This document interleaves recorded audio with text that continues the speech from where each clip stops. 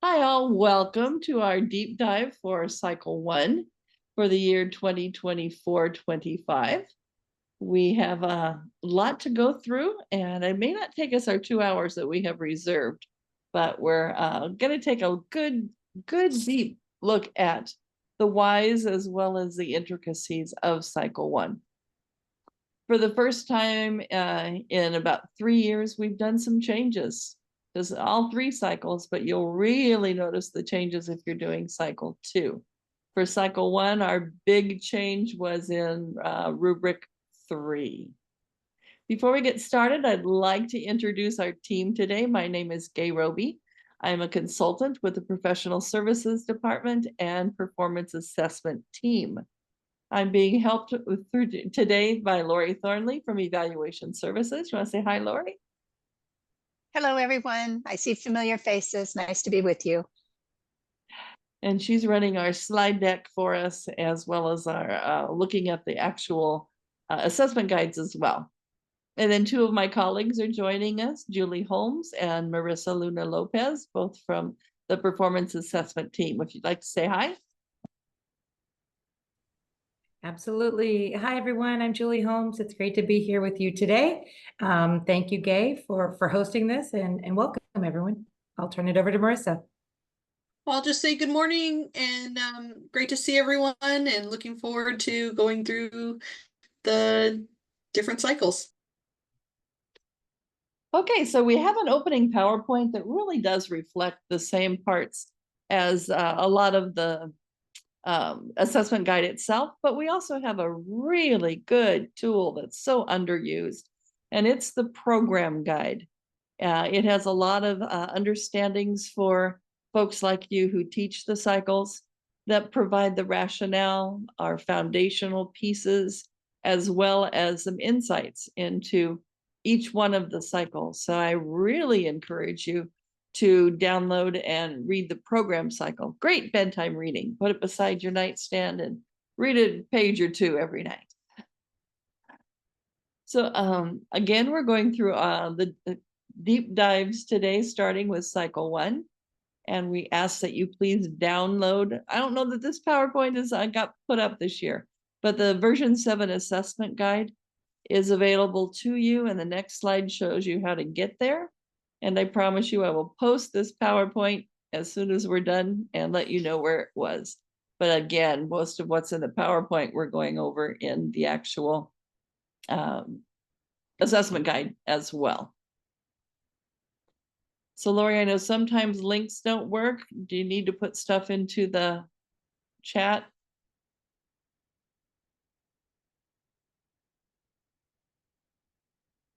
You're still muted, Lori.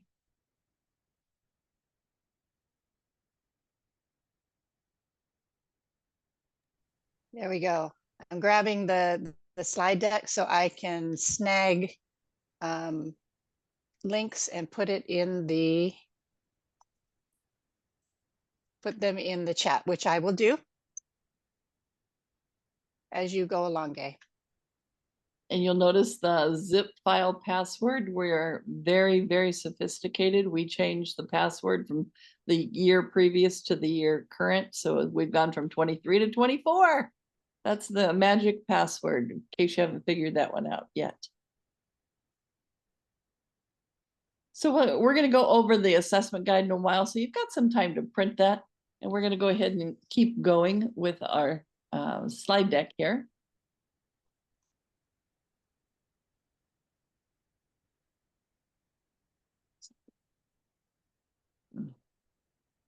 So we're really going to give you here as just an overview of what is in the whys and the wherefores of the CalAPA.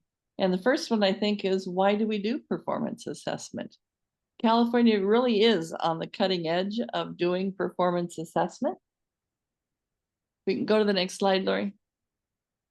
And it was a dream in a lot of people's eyes before 2010. And it came to fruition by 2012. They passed the ideas from what I called the dream team, and enforcement started in 2014. Why do we do performance assessment? We truly believe this is a demonstration of the skills that today's school leaders really need. If you see that third bullet down there, the first one, we're talking about using data. Secondly, how do you lead people as an administrator, as a school administrator? And cycle 3 is about coaching, not about evaluation, but about coaching. The second bullet really does make a difference to why we do performance assessment at a school site. The commission decided that 98%, since 98% of our administrators start in a school, then they go on to a district office or special program needs, that the preliminary program needed to be all about school sites. So that's why our performance assessment requires them to be at a one specific school site, not a district office, not a county office, not a running a specific program. It's when they graduate into the clear induction program that differentiation is met. And then because there is no coursework, it's all embedded in the job. That's where they learn what it is to be an administrator in their particular job responsibilities. Next slide, please. One of the foundational pieces that we have is equity-driven leadership. And you'll see as I go through the cycles, if you're here for more than today or more than this morning, you'll see that we'll talk about it throughout the assessment cycles. We had help in developing this equity-driven leadership with San Diego State University. They published this article in 2018, which we firmly believe in. And equity-driven leadership can mean a lot of different things to different folks. But for us, it's an understanding that our schools are very complex. They have a lot of components that are moving already and are dependent upon each other.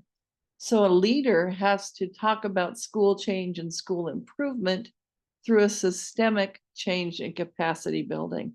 They cannot go in as dictator and say thou shalt, but really lead collaboratively. And they need to encourage their staff members and to make sure that all students are seen, equally engaged, inspired, empowered, and that their voices are heard. And hopefully you will be able to see that as we go through all of the different cycles today. Next slide. Here we go. All 3 of our cycles, and their titles are written there on the left-hand side, go through 4 recursive process steps. And we believe this is something that administrators can use for all of their career. First, when you go into a new place, you investigate what currently is and try and get an understanding of the current school context or program context or county office context as they move along. And then they start planning. What are some things that they might want to change? After the plan is set, they actually take action upon that plan. And then they take some time to reflect back. What worked? What didn't work? What do we want to change? How have I grown? And for cycle 3, how should the volunteer teacher grow? And then it goes back to investigate all over again. How's it current standing before we plan to move on? Next slide, please. The CalAPA uses analytic rubrics. So instead of holistic, just generally what did you think and how they land, we actually have specific things that they look for. This is a sample rubric, and I don't even know which one it's from, but you'll see hidden behind that blown up level 3 is an essential question. That question is taken from question format, turned into a statement, and used for our level 3. So if a candidate does exactly what was asking, nothing more and nothing less, they would score a 3 on their analytic rubric. You'll see that this has 2, for lack of a better word, paragraphs. The first one separated by a space and a second one. We call those constructs. They're really the different ideas that are in the rubric question. And then you'll see the particular pieces that we want them to do are underlined in blue. A lot of times our candidates are really good at those first two words. They candidate describes, but they fail to do the next two and analyze. And a lot of the CalAPA cycles ask for them to look at the why. Why are they doing what they are doing? What is their intended goal? Things like that. So purposes, intended goals for the first one. And then what are the implications of each step of the teacher coaching cycle? So it's like got to be cycle 3. But what are the implications looking forward? So if you take action, then what happens? Next slide.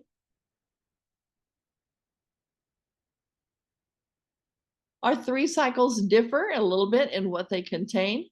Cycle 1 has the most rubrics. It has 8 rubrics, and therefore it takes 1 additional point to score, 15 points to pass.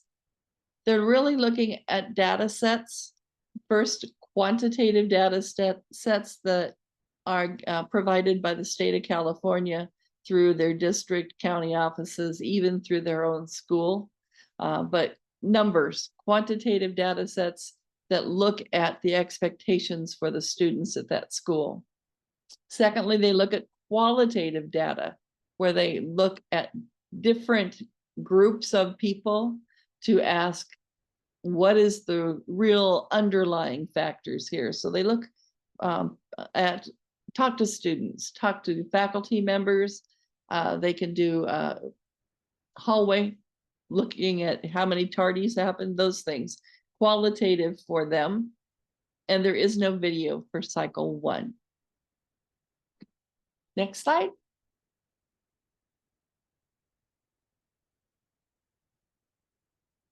When something happens and they don't follow the directions that we have listed in our assessment guides, a candidate will receive a condition code. A condition code will always have a letter followed by a number. The letter is the bigger piece, whether it's about following, submitting what the pieces, or it could be about the videos, could be about the audio. That's what the letter is. And then we have specific pieces that they don't do that are identified by the number. And then candidates work with program support. They're your candidates, and your ownership over them means you help them when they don't pass and they get a condition code to improve and submit again so that they can pass the CalAPA. What are the most common errors that we see? Some of them are just like dumb. They upload the wrong cycle, or they upload cycle 2 or step 2 for step 1. They provide documents that we cannot read or open. For cycle 1 particularly, they don't identify a state indicator, which will make sense to you as we go on a little bit further. We have things like data sets that are asked to be submitted over the last 3 years for cycle 1. Sometimes that evidence that is submitted is either not over 3 years or it's neglected altogether. And we also talked about incorrect files were uploaded. And then finally, not original content. That used to just be the word plagiarism, which we don't like to use, but now it also includes artificial intelligence, the AI piece that's coming up so frequently. And if that is a problem, they will get condition coded, but they're also subject to the institutional discipline that your institution holds. You all have some of them. They write and say they swear that's original work, so there are repercussions if they do provide someone else's work. And then condition code also require the candidate to fully resubmit. So everything has to be uploaded again. Probably the only one that's changed is the piece that you received the condition code, but the rest of the submission has not been scored. So everything needs to be uploaded again. Next slide.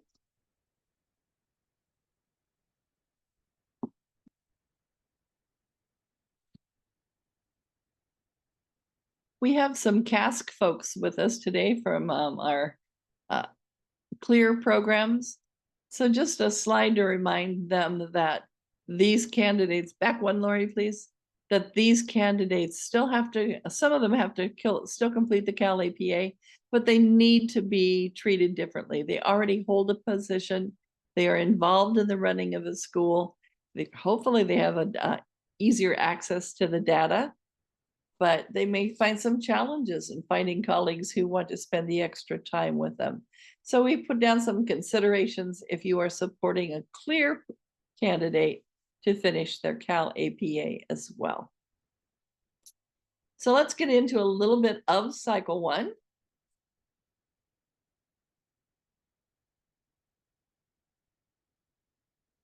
It's called Analyzing Data to Inform School. And we have this wonderful graphic in the assessment guide.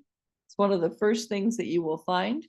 This was actually developed by our executive director, Mary Sandy, when she got to thinking about what it looked like for cycle 1. And we really do start with the broad, and we keep narrowing it down and narrowing it down and narrowing it down until we get to step 4, which is a reflection on the work that was done in cycle 1.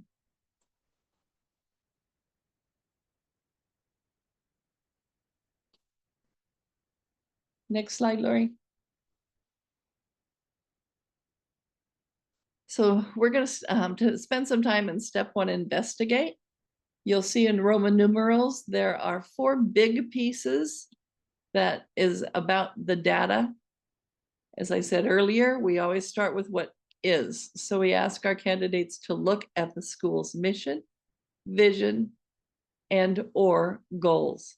Perhaps a school does not have one of these 3 components, which is just fine because we have that and or in there. It's very important to find the ands, the ors, and the and/ors, because this gives them some latitude in, I can include 1 or 2 of them instead of all 3 of them, where if it said and, it would be all. They are to look at what currently lives in our data collection for the state. The California Department of Education has a dashboard that indicates 7 different indicators of school success. So after they look at their data, quantitative data, they're going to look at a student group that is not quite reaching the potential that is hoped for this group. And then they do their own qualitative data. They look at a range of sources. So they might talk to a parent, a student, a teacher, maybe a student, an aide, or a playground rep, depending on what their focus is. And then they conduct an equity gap analysis and note the discrepancies amongst the different areas of student populations. In the next slide, we wanted to remind you that it's really important that equity gap analysis, any term that was in there, can be very different for different groups. So we have a glossary. Lori, can we be on the next slide, please? And the glossary tells you what, for the CalAPA, we mean by an equity gap analysis. So it puts the parameters around what they should be looking for and what the results should be, for example. And for our assessment guide and 1, this is on page 32. Moving on, Lori.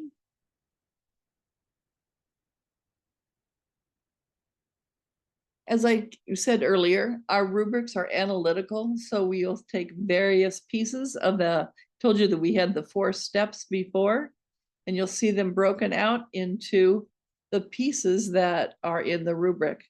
The rubric 1.1 talks about the quantitative data and how it relates back to their school's vision, mission, or goals. Rubric 1.2 says the same question about qualitative data. How does it relate to the quantitative that they've already seen, and perhaps shed some light on a student group and the equity issues where we have a student group who is not reaching full potential or expectations. And then finally for rubric 1.3, that last piece that they do for step 1, after they have conducted an equity gap analysis, how did it inform them about who's reaching the goal, who's not reaching the goal? And how does that link to the school's vision, mission, and goals? And or goals.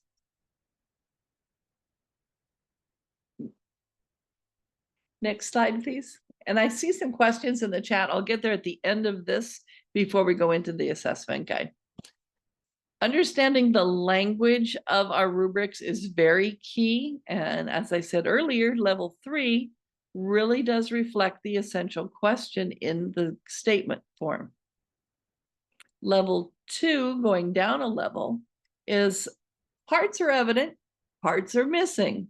So they don't quite meet the target, so they reach a level 2 or a score of 2. And then we say our level 1 is the absence of. You'll see a lot of knots in the descriptors for level 1. Going the other way, starting at level 3, which is just meeting what we asked for, they can provide additional things. So if they want a higher score, they will complete all of level 3, but they will do additional work as well. A lot of them are about additional context for the school or the area, geographical area that the student lives in. And then if they want to go all the way to the top, a score of 5 means that they have done all of level 3, all of level 4, and then they have done even more for level 5. And most of our level 5 involves in the addition of the research pieces, what is currently happening with research in these various languages. Inside of those rubric pieces, you'll see those are the actual words that are used for our rubric levels, and you'll see they reflect that as well. Level 3 collects and clearly explains, where level 2 not quite meeting the target minimally, and does not provides no, etc. for level 1, where level 4 and 5 is to add above it. And I think I included the next rubric as well, just giving you the action words.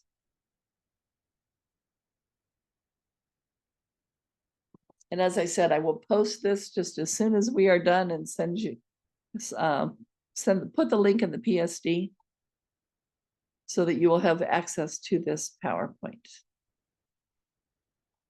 Moving on, I think, to step 2. Oh, no, we're going to talk a little bit about a graphic. We believe that all of our cycles have a through line. So we started at the school's vision, mission, and or goals. You'll see that up again. You'll see that we added onto it when we added qualitative and quantitative data. We added onto that data by adding equity gap analysis and the selection of a student group. So for step 1, we've started at the bottom. We've looked at the vision. We've gone up and talked about our 2 data sets and just introduced the equity gap, what is on the top row. So we're seeing that it builds upon and it is related one step to the other. Next slide.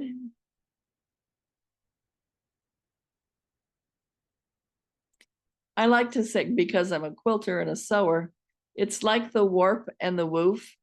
You have things that are going across while you're building up and up. So you have the foundational pieces that you continue to add upon until you have a beautiful cloth at the end of your cycle.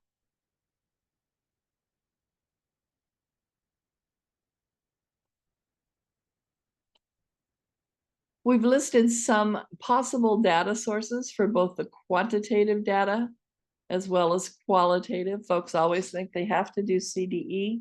You can do other things as well.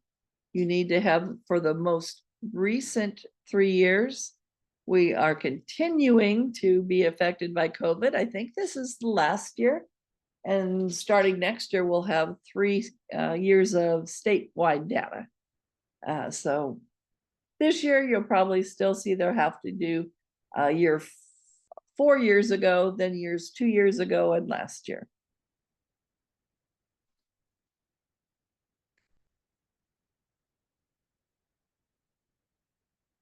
So thinking back to our inverted pyramid and how we're targeting down into a specific action plan, we have already done 5 of the things that is in our inverted pyramid for cycle 1, step 1. So now as we go into cycle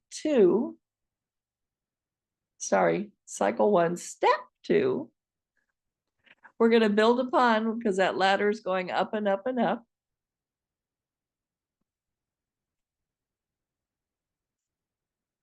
And for step 2, they're taking that analysis that they have done and starting to work it into some kind of a plan of action.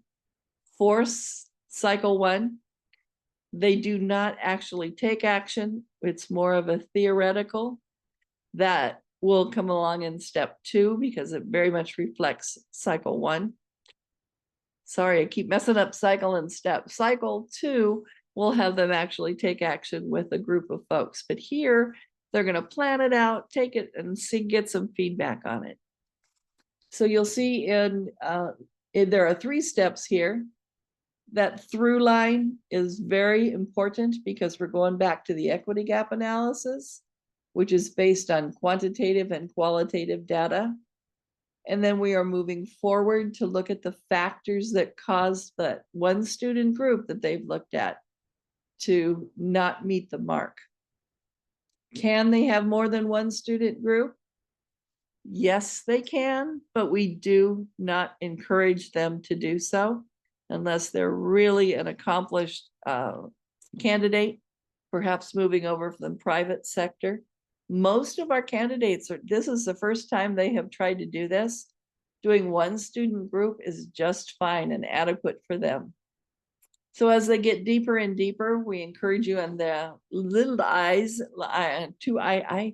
to look at that glossary. We talk about institutional and structural factors and ask them to identify them. Those are very, very specific. We actually have found places that where they mean the exact opposite of what our definitions are. So please look at the glossary, have them read the glossary as well. If they choose to cite evidence and cite the research, this is an example of all we ask is just the researcher's name and the year of the research. So it might say Gay Roby 2075, because that'll be as long as it takes me to get any research done. But not any formal footnotes or anything like that. Just put the researcher's name and the year of research. Why? Because it's not the point of this cycle. The point is having them understand the process so that they can replicate it and use it in their career. And then they're asked to identify a need for one group of students so that they have equity to reach the curriculum and expectations for them, something that they're going to get better at. Then they put that into a problem statement to address the student needs. And as you'll see as we get into the assessment guide, we have what are called call-out boxes. And this is an example of one where we felt it was important enough to take a timeout, pause, look at and listen to what those more specific directions are within that call-out box so they understand all of the pieces.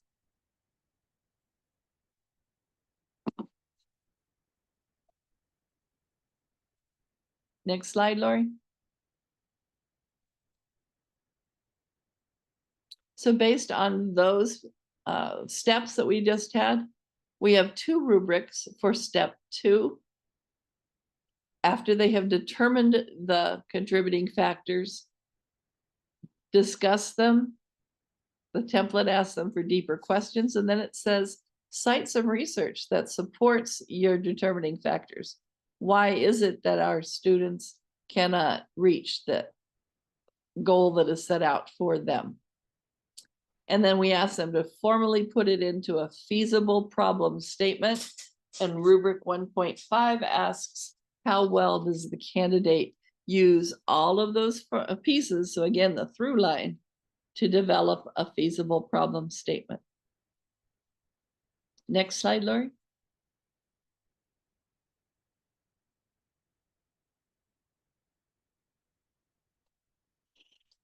Again, I included the rubrics for your reference to show the action words, and you'll see level 3, they used analysis and data, and they cited relevant research.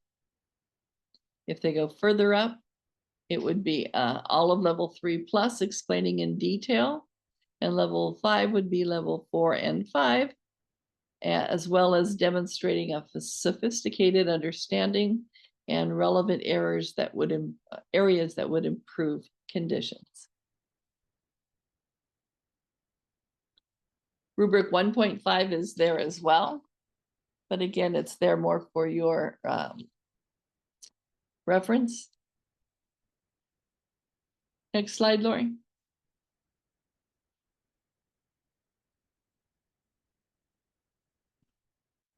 And again, not all of it is there, but just the action words for you. Next slide.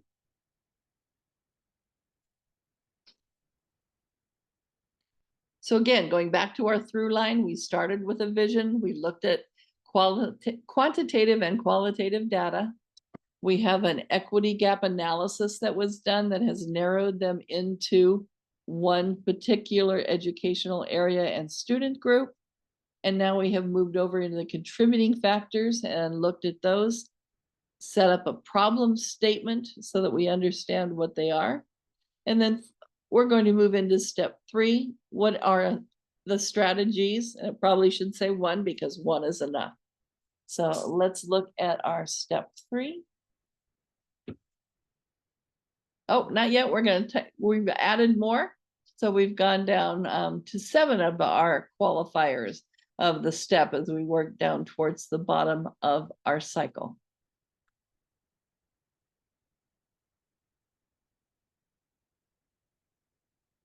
So now we're going to go into step 3, and step 3 is act. And for this, we're looking at a written narrative that talks about planning for the school improvement and something that promotes equity for this one student group. 1 section, planning for school improvement and promoting equity. And then 3 individual pieces underneath there. So again, we're looking for a through line based on the things they've already done, the data that they achieved, the equity gap analysis. They are to develop a strategy based on the research that they just cited to address the problem statement. After they have developed this strategy, they're going to go to someone in authority at that school site to run their plan by them. This is the problem statement. We have come up with this strategy based upon research that we think will improve the status of what particular student group or well-being of that student group, making sure that it aligns. However, it's really important they not just get attaboys, pat on the back kind of feedback. It doesn't help them in doing an analytic job on what needs to change. So someone who really been around that block already. So how much time, how much personnel, how much money, is this feasible? That kind of feedback for them to help put reality around the strategy that they are proposing. And then asking them finally to look forward. How would you get buy-in? When you look at the school community, who's going to be involved in this change? And how will you get their support in order to move forward? Next slide, please.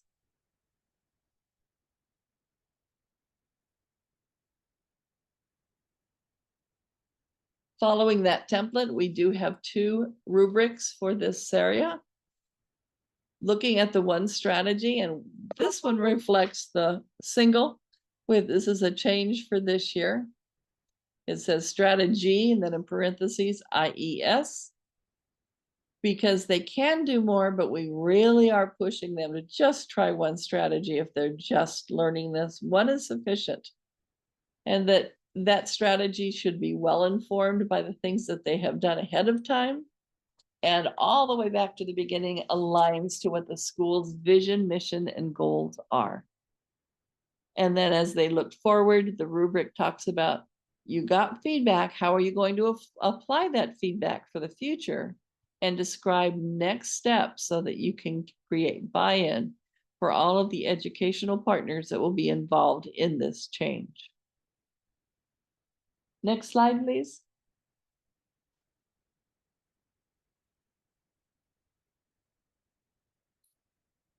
Repetitive, this is our rubrics for 1-6. Next slide, Lori, is 1-7, so we can go on 2 slides.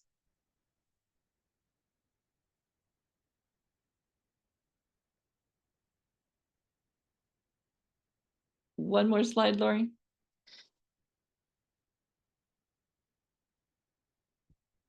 And now we have completed our graphics. Here we have looked at the vision, the data, the gap, the factors, developed a strategy and refined that strategy. So the action part of our cycle is done. The only thing left is for us to reflect, which is the final point on our little triangle. But let's look at our triangle again to see how close we are to the bottom. All we need is the point. So you see, we have developed a problem statement. We've identified strategies. We've looked at feedback and adjusted for our, if you are a candidate. So moving on to step 4. This is a section that is for in all of our cycles, and candidates struggle in all of our cycles as well. We ask them to do reflective writing in rubric 1.8. It's a specific kind of writing that isn't just telling us what they did, but really analyzes what they did, and they communicate their learning in the light of their experiences. So we really do ask for a specific kind of writing, and we encourage you throughout the coursework that your candidates are in to ask them to do reflective writing throughout. You know, reflect on what you did this weekend and how that helped your well-being and mindset, things like that, all the way through the coursework, to help them understand what reflective writing is about, because it's analytical. Next slide.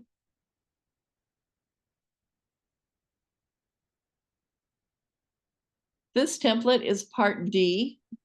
It can be written. It can also be a video. And the video, I'm sorry, I didn't change it for this year. No more than 5 written pages and 6 minutes of video explanation.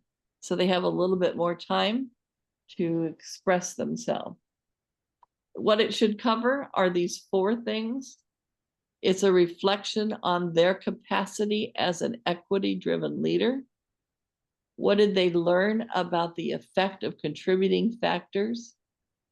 As an equity-driven leader, how did that affect your approach to the strategy that you wanted to bring forth? And then finally, reflect on what you have learned from all of the activities in the cycle.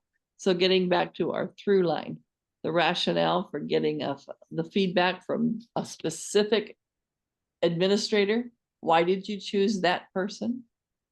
Their growth as an equity-driven leader. And what are their next steps for professional learning as they're just starting out?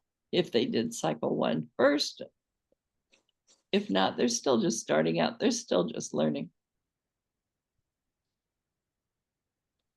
Next step, our next slide. I'm seeing those questions, but we'll be there in a minute. So we have 1 rubric. We have really changed the language on rubric 1.8. Our lead assessors used to say it was like circling a target before we zapped in on the bullseye. We've taken out all of that fluffy wording and really gotten to the nuts and bolts. The first question is, how do they analyze about their learnings on equity-driven leadership? Secondly, how did they address a single equity gap? And third, how do they reflect on the needs of a specific group of students and address their equity needs? Next slide.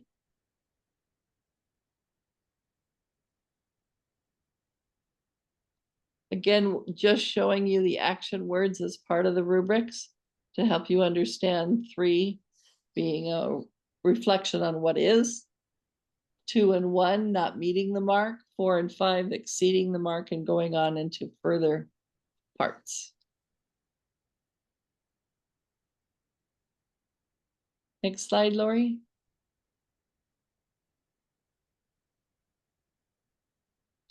And so you'll see we've come down to the point of our triangle. We started quite large, looking at the data and the 7 indicators that the Department of Education has, all the way down to taking some action for a specific student group, but driven by data, not just general feelings, and reflecting at the very end on what they have learned.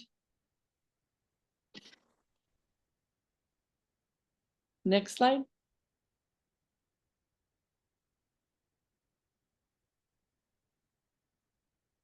It doesn't want to go forward. Next slide, please. There you go. I thought it was our thank you. So let's take some time to do some questions in the chat. And I don't have my chat pulled up. Okay, going I back. can read them to you, Gay, if you like. Okay, great. The first question, how many quantitative data tables do they need?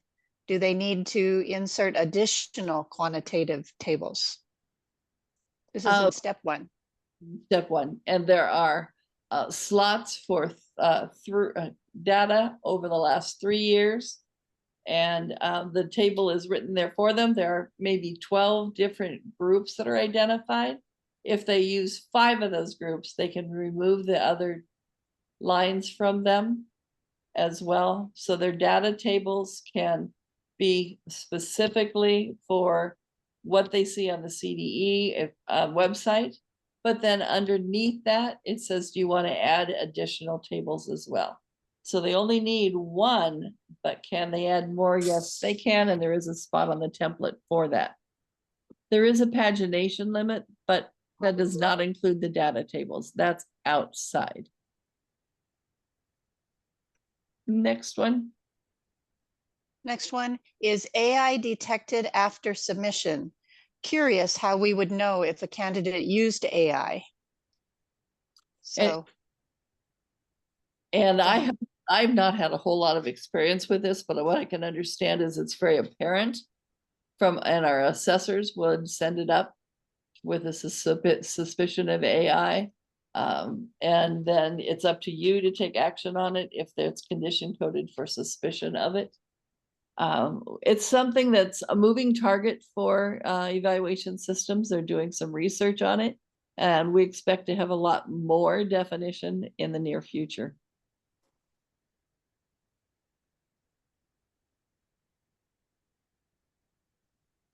There's a question, can students add an action plan table for step 3? I can't see why not, unless the template wouldn't accept a table. And because we don't actually get into the templates themselves, I don't see it being a problem. Lori, do you see it being a problem to add a table? I don't see a problem. Okay. Just a verification. I think this question was posed before you confirmed that only 1 strategy is needed this year. Yes. And that is, yeah. Really what we're focusing on, 1 strategy. Don't have them try to do too much. And a general question, what are the major differences, or what is different this year from last year in cycle 1? I think the strategy that we just talked about is different. Rubric 1.8 is very different, and we just overall took out flowery language and made the language more direct. The other thing we did is we made uniform language across levels 1, 2, and 3. So if we asked for, I'm trying to think of something that has 2 different words. Lesson plan in 3, the word lesson plan will occur in 2, the lesson plan will occur in 1. We won't say lesson plan in year 3 and stuff the students did, for lack of a better example, sorry, in level 2 or 1. We just made all the language uniform so it was easier to cross across. Anything else for cycle 1? I have a handy Can dandy. students submit both reflection and written? I think the question here is, can they submit both written and video reflection in step I 4? don't think the system allows for that. They can do one or the other, but it won't accept both.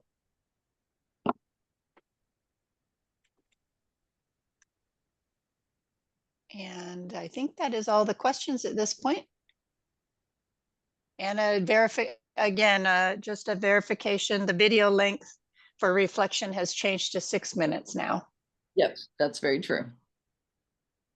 And Laura, you missed one way at the top between your stuff. Is there a quick guide that details each of the error codes? Yes, it is available on the. I posted it in the chat. Great. There's a link there to the condition codes. So I think we got them all.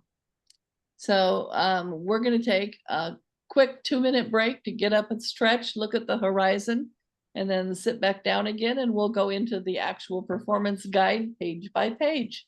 So we'll be back in 2 minutes. Okay, and when you come back, Gabe, there was one more question added. Okay, when we come back, we'll do that. Okay.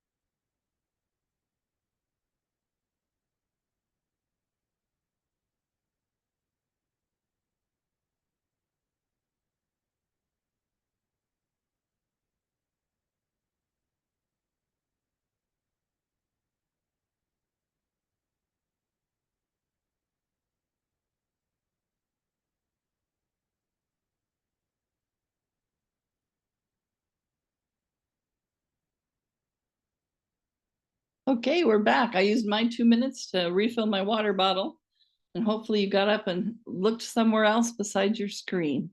So what was our question, Lori?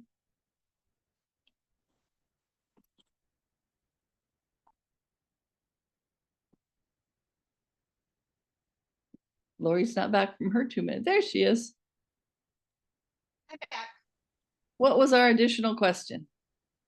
It was a question to reference the specific page number in the program guide that says one strategy, but I think your intent is to now go through the guide. So It is. maybe we can identify that as you're going through. Sure. We can easily do that. Okay, so here's our performance assessment guide. Same old worn out picture we've seen for 7 years if you've been with us a long time. But those people you're really looking at that submission. It's really important on the bottom of the first page that you make sure you're using version 7. While candidates can use earlier templates and be accepted, they will be graded, assessed on this year's rubrics. So it's important that you be using 7 for this current work, as well as asking them to check any earlier templates against what's required this year. Our preamble is across all of our performance assessments, so you'll see it applicable to teachers as well as administrators. Bottom of this page, you'll see we have a new address. We have moved. Table of contents reflects the current pagination. It might have changed a little from previous years, but only if the text that we included has changed. The overview, I like acknowledgements hasn't changed. The overview is really a 10,000 foot level of what this is about. It's just a couple of pages that introduces them overall to what is expected, our recursive process steps as well. On the next page, you'll see it has our triangle that we worked through previously. And then it goes step by step with a little bit more understanding of how they are going to approach this problem. Again, the call out boxes are real important to stop and spend some time on. And you'll see for the first time there, the fourth line down, 1, 2, 3, 4, starts the California state indicators, and we have capitalized them this year. There was some confusion on English learner progress. They felt like they had to include more than what was being asked for. Lori, back on the triangle, we do have a correction that we haven't done yet. On the previous page, on step 8, the commission has asked us to no longer use the word stakeholder.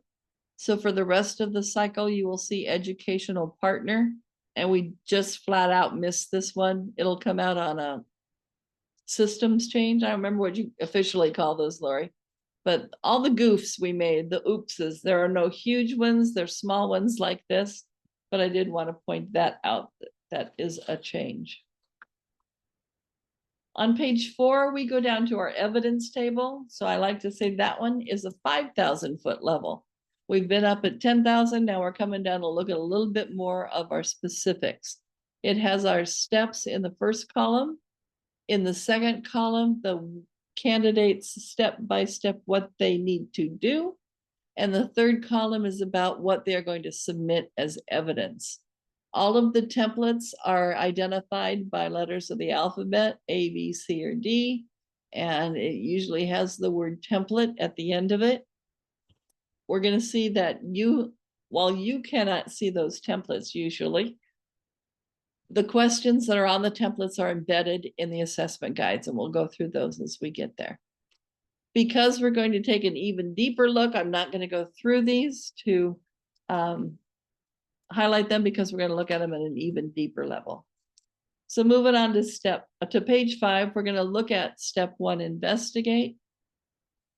And you'll see those Roman numerals that I talked about earlier. Number 1, looking at the school's mission, vision, goals, all 3 if they have them, and complete section A in the data table. Then they start looking at the data that is involved with state expectation, as well as what's currently happening at their specific school. A call out box reminds them they must choose one of these 7, or they may choose well-being as well. They look at their quantitative data, and a reminder that if the state indicator does not have 3 years of data, then you're going to have to move over and try something else. They cannot just say there's no data, so I didn't include it. Has to be 3 years, so they have to include that. Then we give them examples at the bottom of page 5 on what some of those might look like. Top of page 6, where it asks them to use that data to identify some student groups that are not quite meeting the expectations, and to choose one specific student group to further investigate. So Dana, who asked earlier, we're starting our qualifications. Here's the one student group. I know you asked about strategies, but this is also for the student group. They only need one student group for reaching a 3. And then they're asked to complete section 2. Moving on to Roman numeral 3, then they are asked to extend their data by doing a qualitative research project on their own. And the bottom of page 6 provides them with some examples of what it might look like to do a qualitative data research project.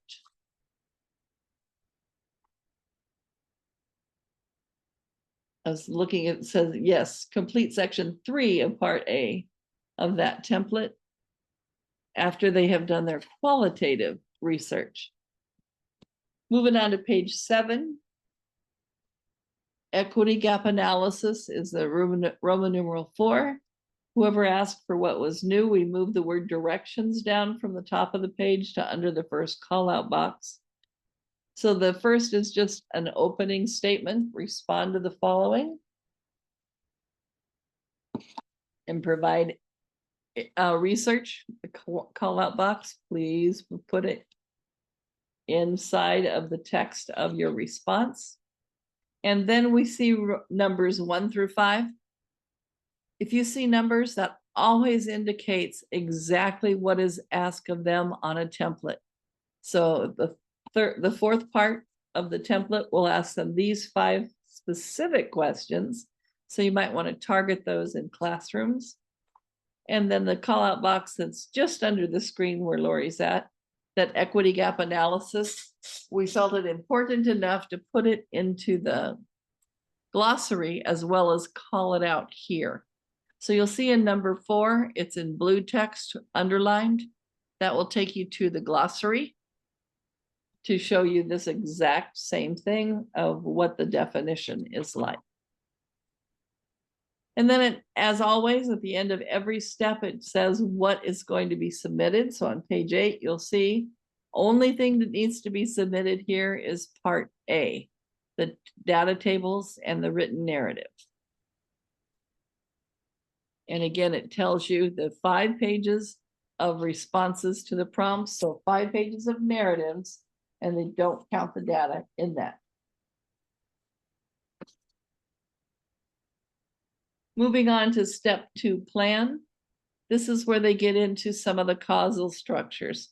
So looking at institutional or structural factors that affect them, and that under directions, reminder that through line, and go back and we list all the things that they've already checked. Now you're going on to part B because you're in step 2, and you're going to answer questions based upon the gap analysis, the data collected, the structures that they have found, and any of those pieces are brought forward on 1, 2, 3, and 4. Another change, Dana, on question 4, the end of the sentence used to have by a problem-solving team, and that was removed because they felt like they had to get a community of practice going, and that's not true. So that was removed. Roman numeral 2, now that they have all of that together, they're going to concisely put that into their problem statement. And you'll see the box at the bottom describes what the problem statement is. And the top of the next page reminds them that for this step, they're only submitting a narrative part B. Moving on to page 11, step 3, act. This is where they start doing their plan. They're planning for school improvement and promoting equity. Again, they're not going to be taking action in one. They're going to develop a plan and get some feedback on that plan. So they're going to, you'll see that second paragraph, solicit targeted feedback on your potential strategy from the supervisor or other key educational partner. And wouldn't you know, we didn't do the strategies piece on this page. They're in the rubrics, but they are not reflected on page 11. And we're currently getting together a list of things to change, so I will note page 11.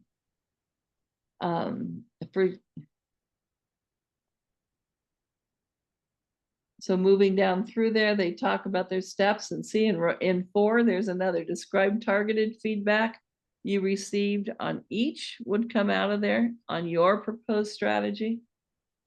And how would you adjust dependent upon their strategy? So look for a little change there. And then the bottom of page 11, evidence to be submitted, is part C. No more than 5 pages on their plan, the feedback they received, the changes they have made. And then remember, question 5 is a look forward. How are you going to get people to support you? How are you going to bring in other opinions? Step 4 it's a 1-pager on page 12. Reminder that they are to look at equity-driven leadership, bringing in their California State Indicator and one identified student group. And then describes their options. They can have a written narrative or a video recording.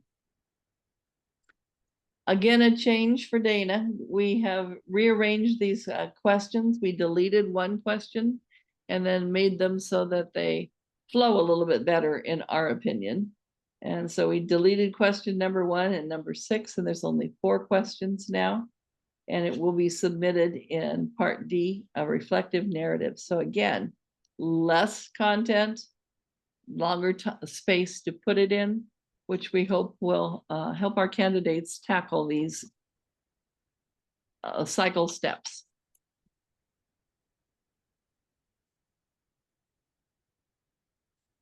Yep, thank you. It still says 5 minutes on page 12. And we are literally doing a change thing. Okay, moving on to 13. The essential questions for the 8 rubrics in this cycle are listed here.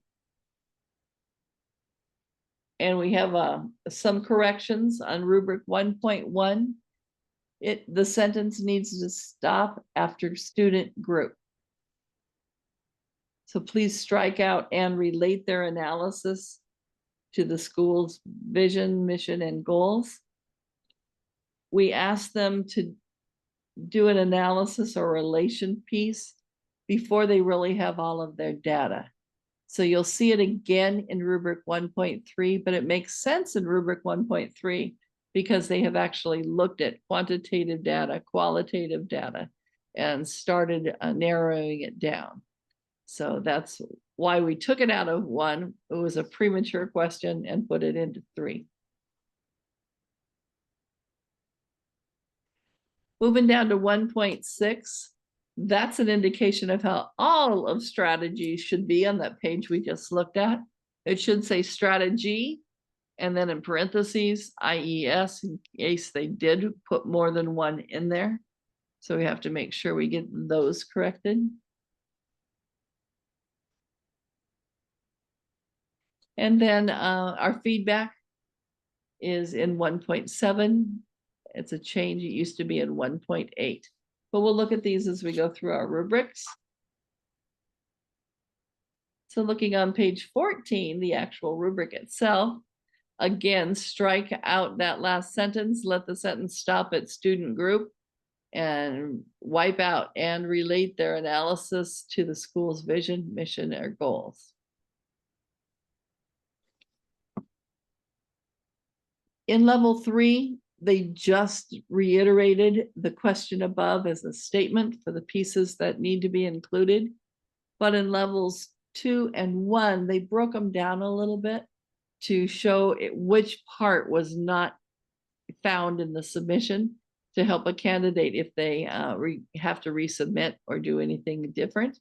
And if they are ors, that's hard to say, because any one of those pieces, if they are lacking, will automatically take them down to a 1. The source of evidence is listed underneath the rubric, part A. And then we always end with what the information in the box, our foundation of the performance expectations for California administrators. Which one are we assessing in this rubric? In this case, we're looking at standard 1, elements A, C, and A and C. Moving on to the next page for rubric 1.2. Again, we aligned across, so you'll see the same wording across it. Nothing new. We put a better alignment with level 4 into 3 and not as much gap. It shows the growth between 3 and 4. And our CAPE are listed at the bottom.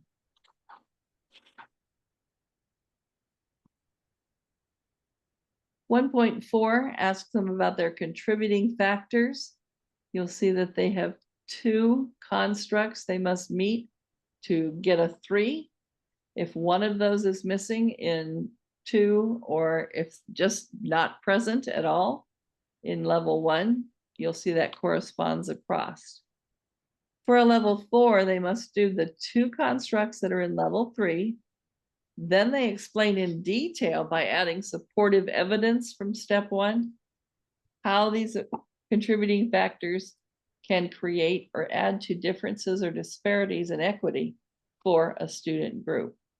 So it gives a little stronger, greater, broader context for the school. And then if they want to do a strive for a level 5, then you'll see that they take that bigger conceptual piece of the context of the school and they add sophisticated research-based understanding.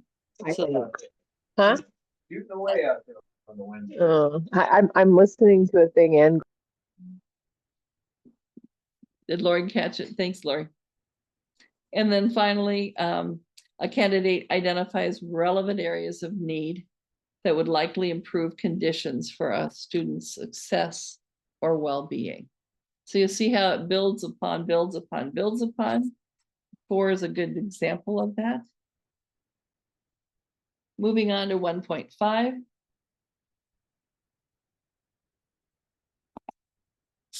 In level 4, we actually talk about the broader school's culture and context, put it into words and explain why that problem statement fits into the school's culture and context.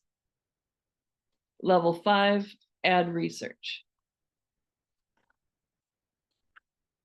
So for levels 1, 2, and 3, we're looking at how the candidate uses the equity gap analysis and identification of contributing factors to develop a problem statement about the student achievement,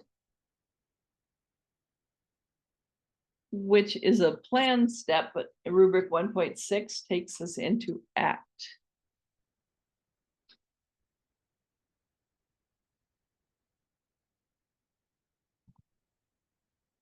Here they talk about strategy, and we have it correct in this question. We just didn't get it in the text.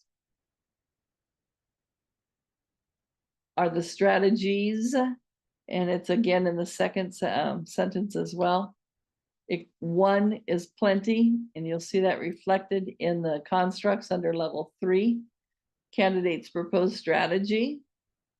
Again, in the second construct, proposed strategy is clearly aligned. That reflects across levels 1, 2, and into level 4, where they brought it to talk about contextually responsive approach with equitable student and school improvement. And level 5, adding the research for it as well. Rubric 1.7 follows that same pattern. We're talking now about the feedback. How do they apply the feedback? We're making sure that educational partner is familiar with the school before they give them the feedback on their and then they adjust the strategies as well.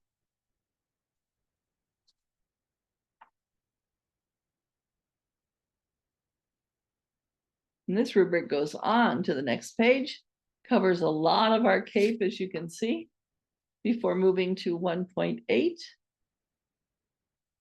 This is the one where we simplified the questions and we removed one of the questions altogether. So analyze what they've learned about equity-driven leadership, reflect on their own personal growth, and then looking to the future for their how they want, explains their current strengths and identifies future areas of growth.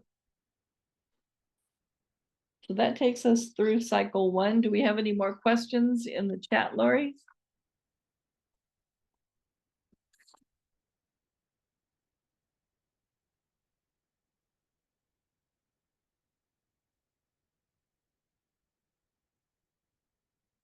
while she's looking for more questions, Kristen Coyle, for example, put in evidence shows 5 minutes, not 6 minutes. We really do rely upon you guys to help remind us or catch those little things. Many eyes make it perfect, and so we appreciate those. You know, don't feel shy about saying, hey, you goofed. You have to finish this piece. We appreciate it. If there aren't any other questions,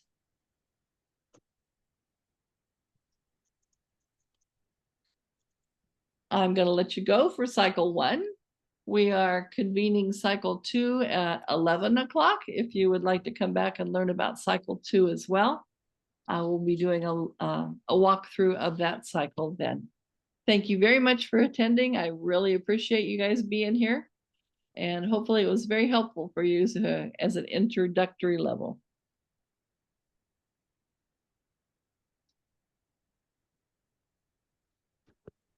Hey, Gay, just wanted to clarify. I had it down originally as 11:30 to 1:30. Did that time change to 11?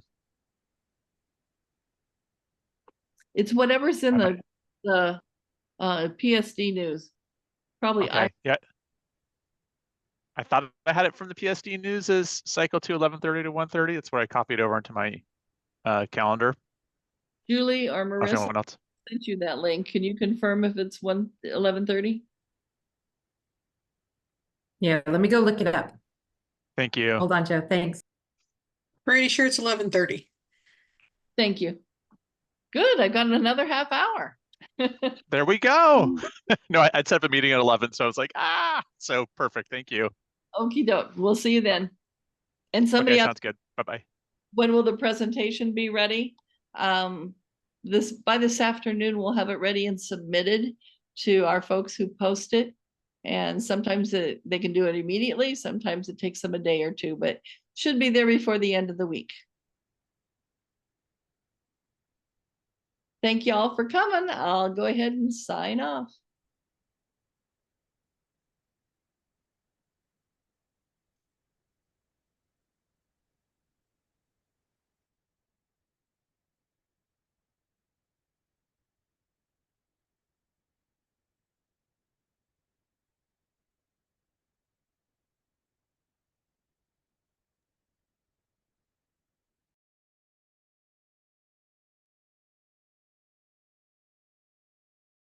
Any